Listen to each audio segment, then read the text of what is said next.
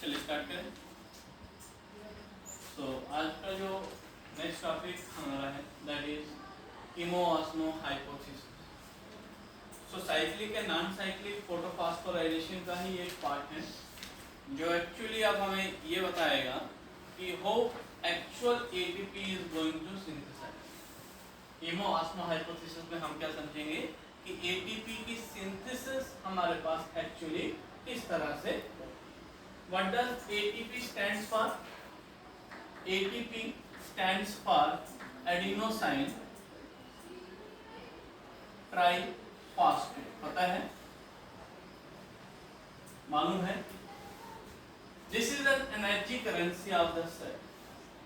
और ATP की जो सिंथेसिस हमारे पास हो रही है, बहुत सारे बायोकेमिकल पाथवेज में इस ATP का यूज जो है वो प्लांट करेगा for the synthesis of glucose molecule. तो आज के टॉपिक में हमने यही बात करनी है कि एक्चुअल में जब हम साइक्लिक और नॉन साइक्लिक के बारे में पढ़ रहे थे तो साइक्लिक में हमने देखा कि there is a synthesis of ATP molecule and non cyclic में एटीपी प्लस NADPH2 मॉलिक्यूल हमारे पास बन रहा है। लेकिन actually how the ATP is going to synthesize inside the chloroplast that is given by Michael in 1900। लिख लीजिए, Michael ने दिया था 1961। कीमो हाइपोथेसिस थ्योरी किसने दी थी? It was given by Michael in 1900 and 1961। Note कर लीजिएगा, माइकल ने 1961 में कीमो-ऑस्मो हाइपोथेसिस को फॉर्मुलेट किया था, जिस हाइपोथेसिस थ्योरी के अकॉर्डिंगली उसने ये बताया कि actually how the ATP is going to synthesize। so ATP की सिंथेसिस हमारे पास कहाँ पे होती है? साइट कहाँ पे है? it take place in the chloroplast because light reactions हमारे पास कहाँ पे हो रही हैं? it will take place inside the chloroplast। तो chloroplast वो साइट है जहाँ पे हमारे पास ATP की सिंथेसिस होगी। पेज नंबर NCERT का 140 एंड 141 है। तो एनसीईआरटी को ही ब्रीफ करेंगे और एनसीईआरटी को ध्यान से समझेंगे, क्योंकि क्वेश्चन जितने भी पुट अप होंगे, चाहे नीट की बात कर लो या आगे एकेडमिक्स एंट्रेंस की बात कर लो, तो आपको एनसीईआरटी से ही देखने को मिलेगा। तो सबसे पहले 3 इंपॉर्टेंट इवेंट्स की बात करते हैं जो हमारे पास मेजर इवेंट रहते हैं कीमो-ऑस्मो हाइपोथेसिस। सबसे इंपॉर्टेंट इवेंट हमारे पास यहाँ पे होगा that is photolysis of water. Chemo-osmo hypothesis में सबसे पहला इवेंट क्या होगा?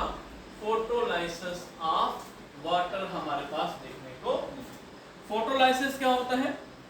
Photolysis means breakdown of water in presence of light. और कहां पे होगा? It will take place in thylakoid membrane. कहां पे होगा? Thylakoid membrane. अब ये पॉइंट आपको नोट डाउन करना है कि लोकेशन कहाँ पे है फोटोलाइसिस ऑफ वाटर की, क्योंकि ये नीट के एग्जाम में भी on the form of MCQs आपको पूछा जा सकता है। That photolysis of water take place in chemiosmotic hypothesis is in location क्या होगी? That is thylakoid membrane. Then transfer of hydrogen ion from stroma to lumen. Second important point हमारे पास क्या आएगा? Transfer of hydrogen ion, that mean protons की transfer होगी कहां से? From stroma region to that of lumen. This one is an important point, क्योंकि hydrogen ion जो प्रोटॉन ग्रेडियंट हमारे पास क्रिएट करेगा इस according to chemiosmotic hypothesis, that is responsible for the synthesis of ATP. Actually किस तरह से होगा उसे हम डायग्रामेटिकली अभी एक्सप्लेन करेंगे। देन थर्ड इंपॉर्टेंट हमारे पास क्या होगा? NADPH फॉर्मेशन हमारे पास होगी और NADP रिडक्टेस रिएक्शन होगी। थर्ड वन हमारे पास NADP reductase reaction with occur, and जो रिएक्शन होगी it is towards the stroma side. ये भी इंपॉर्टेंट पॉइंट आपने लोकेशन याद रखनी है। किसकी तरफ होगी? Towards the stroma region. ये भी आपको इंपॉर्टेंट नीट के लिए एग्जाम में आ सकता है कि जो NADP रिडक्टेस एंजाइम है जो कि NADP प्लस उसमें हाइड्रोजन प्रोटॉन को जोड़ेगा और NADPH2 की फॉर्मेशन करेगा, बिकॉज NADPH2 जो है वो भी एक एनर्जी मॉलिक्यूल है जो ATP की फॉर्मेशन हमारे पास करता है। तो एनर्जी हमारे पास ATP की फॉर्म में बन रही है और NADPH की फॉर्म में बन रही है। तो साइक्लिक और नॉन साइक्लिक जब दोनों को हम कंबाइन करते हैं तो दोनों को कंबाइन करके एक थ्योरी कीमो-ऑस्मो हाइपोथेसिस थ्योरी कहलाती है, जो कि एक्चुअल किस तरह से ATP की सिंथेसिस हो रही है उसके बारे में बताती है।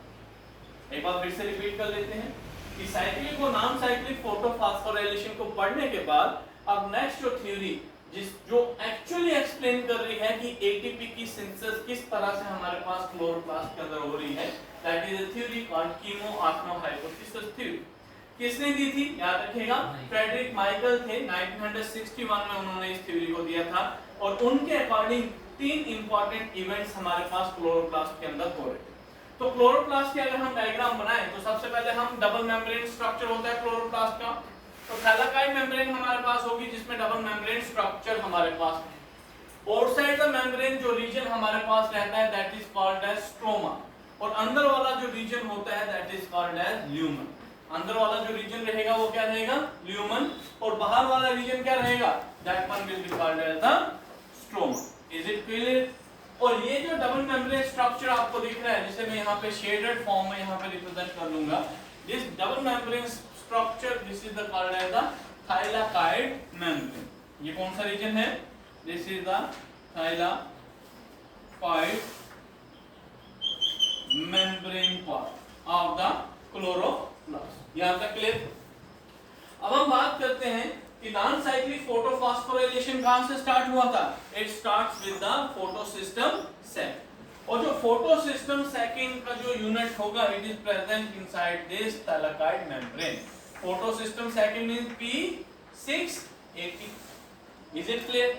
तो यहाँ पे दो चीजें हमने नॉन साइक्लिक में पढ़ी थी कि नॉन साइक्लिक में जो इलेक्ट्रॉन एक्साइट हो रहा है वो वापस से उस फोटोसिस्टम के अंदर एंटर नहीं कर रहा, लेकिन उस इलेक्ट्रॉन को बैलेंस कौन कर रहा है, उस इलेक्ट्रॉन को बैलेंस हमारे पास कर रहा है वाटर से जो इलेक्ट्रॉन रिलीज हो रहा है। वाटर की जब ब्रेकडाउन हो रही है तो हमारे पास वाटर ब्रेकडाउन करके hydrogen plus half molecule of oxygen बना रहा है, प्लस 2 पेयर ऑफ इलेक्ट्रॉन्स हमारे पास बन रहे हैं। ये 2 पेयर ऑफ इलेक्ट्रॉन्स वापस से कहां जा रहे हैं, इस पिगमेंट सिस्टम सैकिंग के अंदर जा रहे हैं। और ये पिगमेंट सिस्टम सैकिंग जब हमारे पास सन की रेडिएशन इसके ऊपर पड़ेगी, means photo light photon energy इसके ऊपर पड़ेगी, तो ये इलेक्ट्रॉन को क्या करेगा, रिलीज करेगा। इलेक्ट्रॉन इसने खुद का रिलीज किया, उस इलेक्ट्रॉन की भरपाई इसने कहां से की, इस H2O से की। दैट मींस H2O की ब्रेकडाउन यहां। तो ये जो H2O है जिसकी यहाँ पे ब्रेकडाउन हो रही है, तो ये भी याद रखना कि फोटोलाइसिस ऑफ वाटर कहाँ पे हो रहा है, लिखवाया thylakoid membrane. Inner thylakoid membrane में हमारे पास इस वाटर की ब्रेकडाउन हो रही है जिससे हम क्या कह रहे हैं, फोटोलाइसिस। तो पहला स्टेप हमारे पास कीमो-ऑस्मो हाइपोथेसिस का क्लियर हो जाता है जिसमें हमारे पास फोटोलाइसिस ऑफ वाटर हमारे पास। देन हमारे पास जैसे ही इलेक्ट्रॉन यहां से एक्साइटेड स्टेट में जाएगा, इसे कौन रिसीव करेगा, प्लास्टोक्यूनोन। बट प्लास्टोक्यूनोन को इलेक्ट्रॉन रिसीव करने के लिए हाइड्रोजन को एक्सेप्ट करना पड़ता है फ्रॉम द आउटसाइड, क्योंकि ये इलेक्ट्रॉन एक्सेप्टर नहीं, ये क्या है, हमारे पास एक हाइड्रोजन प्रोटॉन एक्सेप्टर मॉलिक्यूल है। तो इलेक्ट्रॉन को रिसीव करने के लिए क्या करेगा, बाहर स्ट्रोमा से H पॉजिटिव आयन को नीचे लेगा, and this plastoquinone it is going to reduce to form PQH। क्या बनाएगा ये, PQH, प्लास्टोक्यूनोन हाइड्रोक्स। क्लियर? और जो हाइड्रोजन होगा इन रिटर्न वो कहां एक्यूमुलेट हो जाएगा, इनटू द ल्यूमन। इलेक्ट्रॉन की ट्रांसपोर्टेशन तो कर रहा है, लेकिन इलेक्ट्रॉन ट्रांसपोर्ट करने के लिए हाइड्रोजन को रिसीव करना पड़ता है, और वो हाइड्रोजन जो है वो बाहर से स्ट्रोमा से लेके ल्यूमन में अंदर ट्रांसफर हमारे पास करता है। Then this electron is going to transfer into cytochrome B6 complex, जो उस इलेक्ट्रॉन को क्या करेगा, रिसीव करेगा। Then another electron acceptor plastocyanin जो inner membrane of the thylakoid में प्रेजेंट होगा, उस इलेक्ट्रॉन को रिसीव करके हमारे पास किसको भेजेगा, पिगमेंट सिस्टम फर्स्ट को। पिगमेंट सिस्टम फर्स्ट हमारे पास कौन सा होगा, इट विल बी P700। यहां तक क्लियर है। तो ये नॉन साइक्लिक का ही पार्ट चल रहा है, साइक्लिक और नॉन साइक्लिक दोनों मिलकर ही हमारे पास क्या बना रहे हैं, कीमो-ऑस्मो हाइपोथेसिस बना रहे हैं। जब हमने नॉन साइक्लिक पढ़ा था तो नॉन साइक्लिक में भी हमारे पास जो रिएक्शन सेंटर था वो पिगमेंट सिस्टम सेकंड था, और सीरीज ऑफ इलेक्ट्रॉन जो थे वो इस तरह से हमारे पास आगे ट्रैवल कर रहे हैं। इज इट क्लियर, यहां तक समझिएगा। अब यहां पे भी कहीं पे भी आपको एटीपी की सिंथेसिस देखने को नहीं मिल रही होगी, अभी नहीं मिल रही है, लेकिन एक चीज आपको देखने को मिल रही है कि इलेक्ट्रॉन जैसे सीरीज ऑफ चेन में आगे बढ़ रहा है, बाहर स्ट्रोमा से हाइड्रोजन आयन की कंसंट्रेशन आगे क्या हो रही है, बढ़ रही है। इसके साथ ही जो ये फोटोलाइसिस हुआ, इस फोटोलाइसिस में ऑक्सीजन और इलेक्ट्रॉन तो इस फोटोसिस्टम सेकंड में एंटर कर चुका है, oxygen in the form of gas यहां से रिमूव हो चुकी है, लेकिन ये हाइड्रोजन भी कहां एक्युमुलेट हो जाता है, इस ल्यूमन के अंदर एक्युमुलेट हो। तो इस रिएक्शन के दौरान स्ट्रोमा में हाइड्रोजन आयन की कंसंट्रेशन कम हो रही है और ल्यूमन के अंदर कंसंट्रेशन जो है वो इंक्रीज हमारे पास हो। तो सेकंड पॉइंट इंपॉर्टेंट हमारे पास क्या कहता है, that there is a transfer of hydrogen ion from stroma to lumen. First में क्या हुआ, फोटोलाइसिस ऑफ वाटर, सेकंड में क्या हुआ, हाइड्रोजन आयंस की ट्रांसफर हुई। तो हाइड्रोजन आयन ट्रांसफर होने के बाद नेक्स्ट जो स्टेप हमारे पास बनता है बचता है, that is called as NADP reductase, NADP reductase reaction.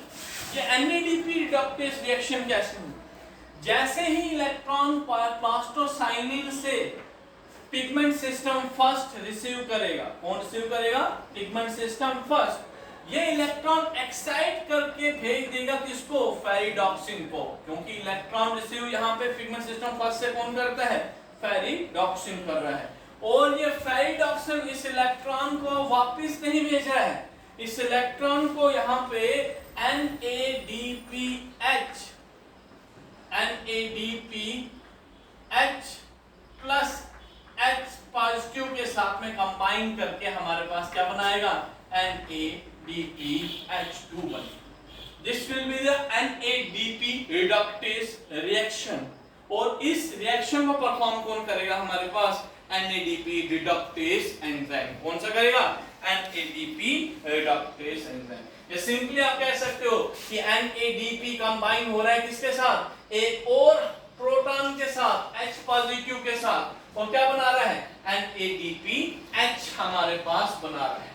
अब ये हाइड्रोजन कहां से आया, ये हाइड्रोजन भी कहां से आया, स्ट्रोमा से आया।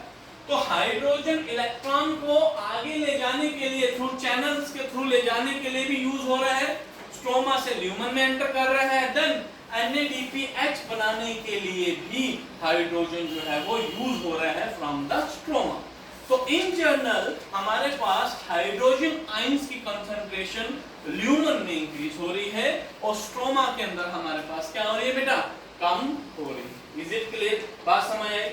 इस कंसंट्रेशन ग्रेडियंट की वजह से हमारे पास कुछ चैनल गेट्स प्रेजेंट होते हैं इन द थैलेकॉइड मेम्ब्रेन। वो चैनल गेट हमारे पास आते हैं CF0,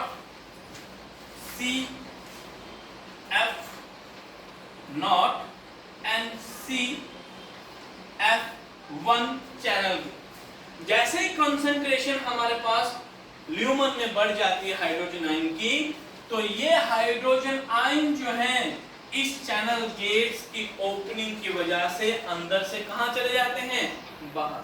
और बाहर क्यों जा रहे हैं, क्योंकि बाहर हमारे पास हाइड्रोजन आयन की कंसंट्रेशन क्या है, कम है, अंदर क्या है हमारे पास, ज्यादा है। तो उस कंसंट्रेशन ग्रेडियंट को बैलेंस करने के लिए हमारे पास ये आयन गेटेड चैनल ओपन हो जाते हैं, और जैसे ही इलेक्ट्रॉन ये हाइड्रोजन आयन यहां से बाहर आएगा, तो हाइड्रोजन आयन बाहर तो आ रहा है, लेकिन इस CF1 पार्टिकल के अंदर एक एंजाइम प्रेजेंट होगा जिसे ATP सिंथेटेस एंजाइम कहेंगे, that will get activated।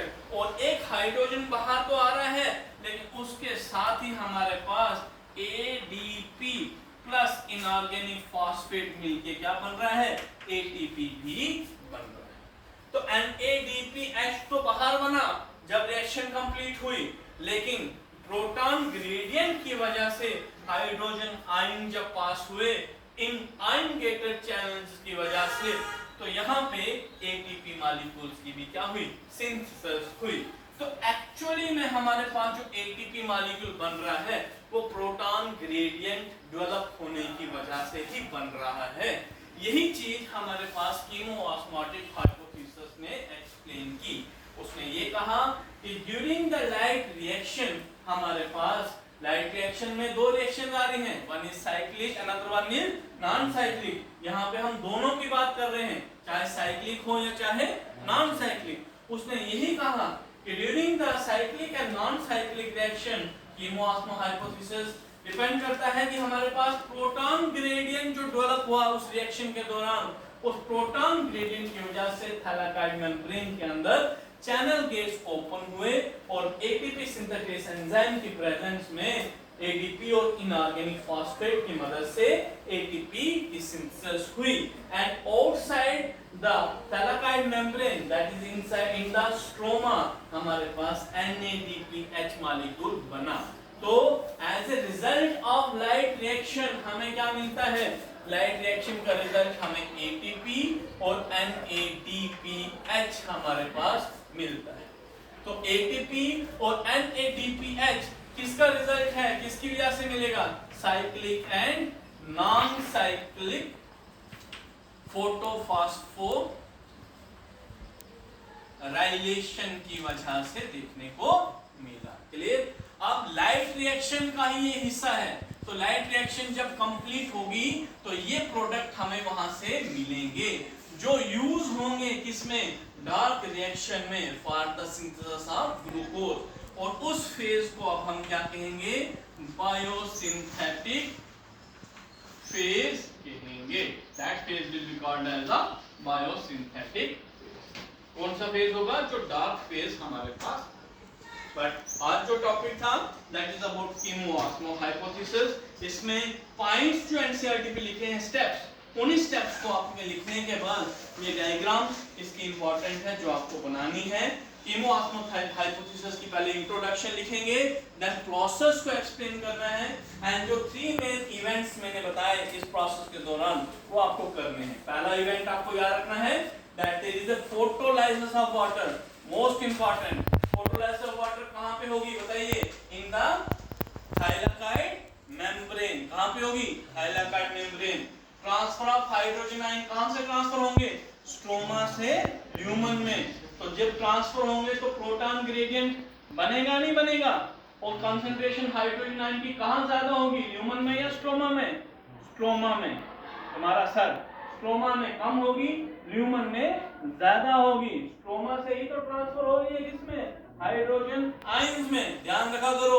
तो स्ट्रोमा में हाइड्रोजन आयन की कंसंट्रेशन कम हो रही है, ल्यूमन में बढ़ रही है।